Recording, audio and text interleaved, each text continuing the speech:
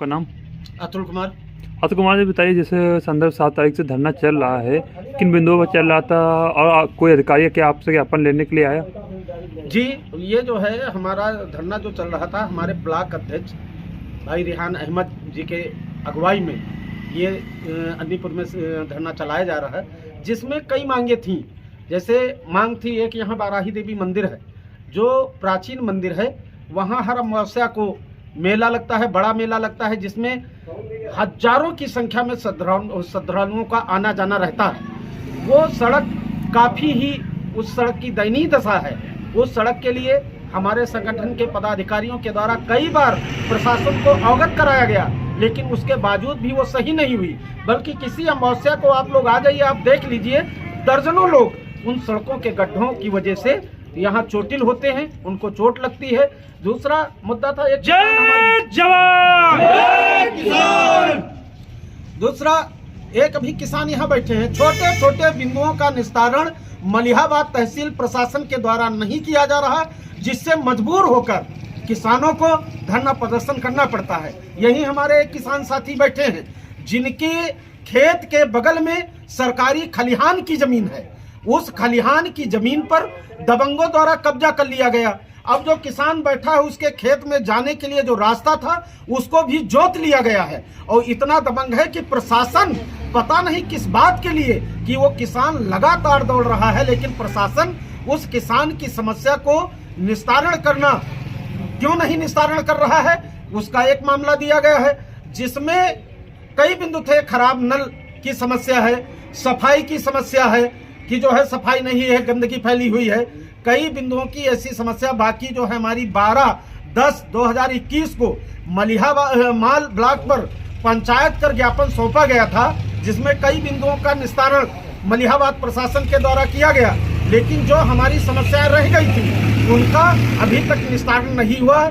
उसमें जैसे एक यहाँ हमारे बिजली कनेक्शन का है, एक किसान का 2.5 वर्ष पहले ट्यूबवेल कनेक्शन है, पैसा जमा कराया था एस्टीमेट का, लेकिन अभी तक केवल रिश्वत के चक्कर में अभी तक उस किसान का कनेक्शन नहीं दिया गया है। वो समस्या थी। एक दबंग सचिव शाहमऊ ग्राम सभा में तैनात है, उसके लिए कहा गया था कि उसकी भाषा शैली खराब है। वो जो है किसानों से, जो ग्रामीण हैं उनसे अभद्र भाषा में बात करता है। उसमें उप जिलाधिकारी महोदय ने खंड विकास अधिकारी महोदया से वार्ता कर हमको अवगत कराया कि 2 महीना पहले वो सचिव तैनात किया गया है, लेकिन हमारा ये विषय नहीं है।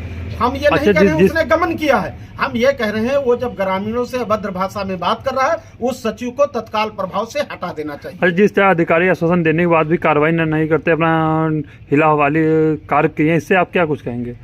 इस पे कहना, अगर नहीं कर रहे हैं तो मैं बताना चाहता हूं प्रशासन को, शासन को अवगत कराना चाहता हूं।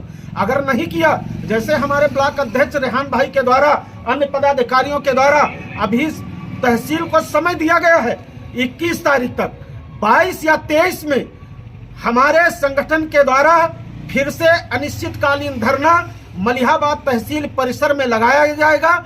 ये हमारा धरना प्रदर्शन तब तक चलेगा जब तक हमारी समस्याओं का निराकरण नहीं हो जाता है। अगर प्रशासन हमारी समस्याओं का निराकरण नहीं करता है, शासन इस पे ध्यान नहीं देता है, तो आने वाले 2022 के चुनाव में वही धरना स्थल से ही हम भारतीय जनता पार्टी जो मौजूदा सरकार है उसका पूरे क्षेत्र में, पूरे उत्तर प्रदेश में विरोध करने का काम हमारे संगठन के एक एक पदाधिकारी के द्वारा किया जाएगा। पचवाले तो कहते हैं ये केवल राजनीति है, कार्य नहीं। वो कह रहे हैं। अब अभी एक बात आप ले लीजिए, जब हमारा किसान आंदोलित था 3 कृषि काले कानून के, उस पे दिल्ली में आंदोलन कर रहा था, तो भारतीय जनता पार्टी के लोग, जो सरकार है ये कहीं अफगानिस्तानी है, पाकिस्तानी है, तरह तरह की बात कर रहे थे।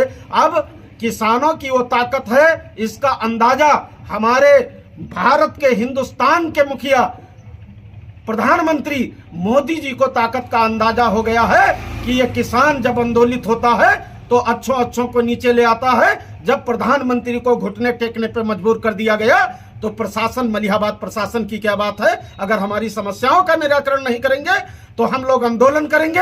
आंदोलन चाहे हमारा 1 महीना चले, चाहे 2 महीना चले।